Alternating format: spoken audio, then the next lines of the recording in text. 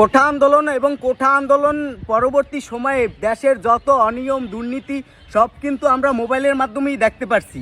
তো এবারের নির্বাচন কমিশন একটা আইন করছে যে ভোট কেন্দ্রের 400 গজের মধ্যে আপনি মোবাইল ফোন নিয়ে প্রবেশ করতে পারবেন না।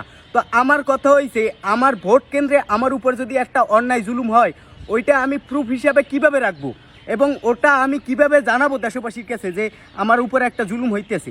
আপনারা জানেন দেশের যত জুলুম অন্যায় অত্যাচার হয় এগুলো কিন্তু মোবাইল দেখলে অনেক জুলুম অত্যাচার বন্ধ হয়ে যায়, এবং যে জুলুম অত্যাচারগুলো হয় ওগুলো কিন্তু মোবাইলের মাধ্যমে ভিডিও করে এবং সোশ্যাল মিডিয়ার মাধ্যমে দেশের কোটি কোটি মানুষ দেখে এবং ওইটার প্রতিবাদও করে। তো আমার কথা হয়েছে, ভোট কেন্দ্রে যদি আমরা মোবাইল নিয়ে প্রবেশ না করতে পারি এবং 400 গজের মধ্যে আমি মোবাইল নিয়ে না যাইতে পারি, আমার উপর একটা জুলুম হইলে আমি ওইটা কীভাবে দেশবাসীর কাছে উপস্থাপন করব? কেউ তো জানতেও পারবে না। এটা কেমন নিয়ম ভাই? আর আজকাল তো জানেন যে এই যুগে মোবাইল ছাড়া মানুষ অন্ধের মতো, মোবাইল ছাড়া কোনো কিছুই হয় না।